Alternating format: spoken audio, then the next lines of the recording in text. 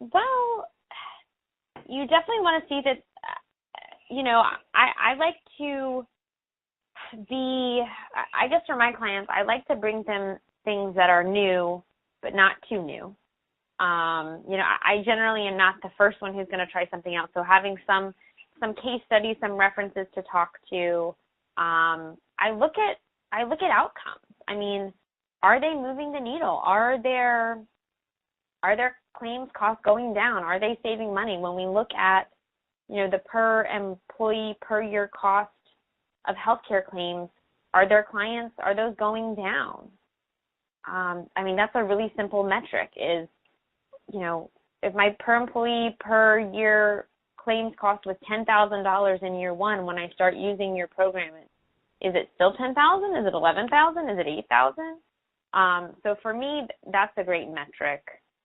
As well as just the ability to integrate with other platforms, because I think something that can be difficult is, particularly if you're like with Cigna, they might not let you carve certain pieces out, and data sharing can be really tough. So being able to share data, and particularly, through a third-party administrator or through necessary channels, is very important. Cost is important for sure.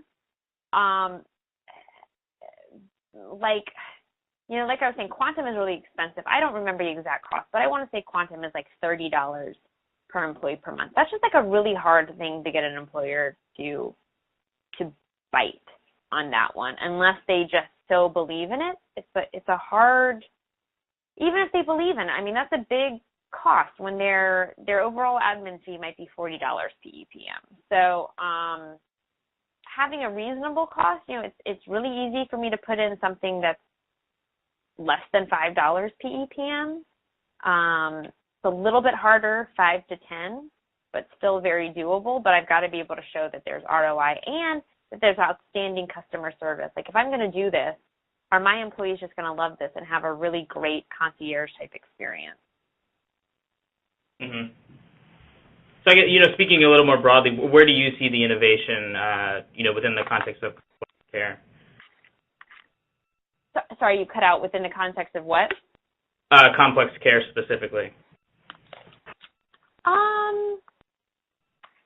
So as far as, tell me what your definition just exactly of complex care. Just being like chronic conditions or what? Yeah, so, for example, something, like a knee replacement, a hip replacement in orthopedics or a cardiovascular surgery. So I guess, more advanced care.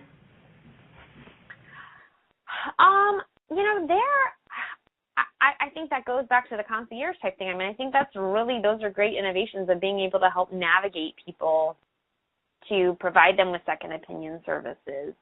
So that they, I think the stats are like 50% of back and knee surgeries are unnecessary. So I think having some sort of navigator there to help employees say, you know what, you were diagnosed with, that you need to have this back surgery, but your plan will also cover a second opinion. And so we're going to route you that way. Or did you know that your plan covers chiropractic therapy? So we're going to go to, let's look at some alternatives. So, I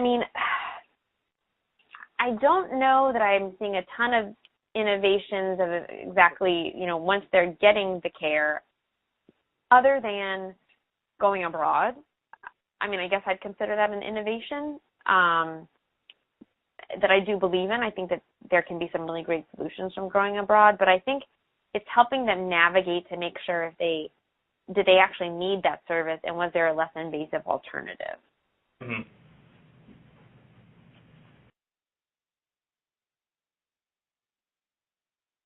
Yeah, so with if, like you mentioned this, if the network is somewhat limiting and what they'll let you carve out. So, if you have kind of an end-to-end program like with the concierge, that helps, Mm-hmm. from initial diagnosis, then if you need the second opinion, and then if it escalates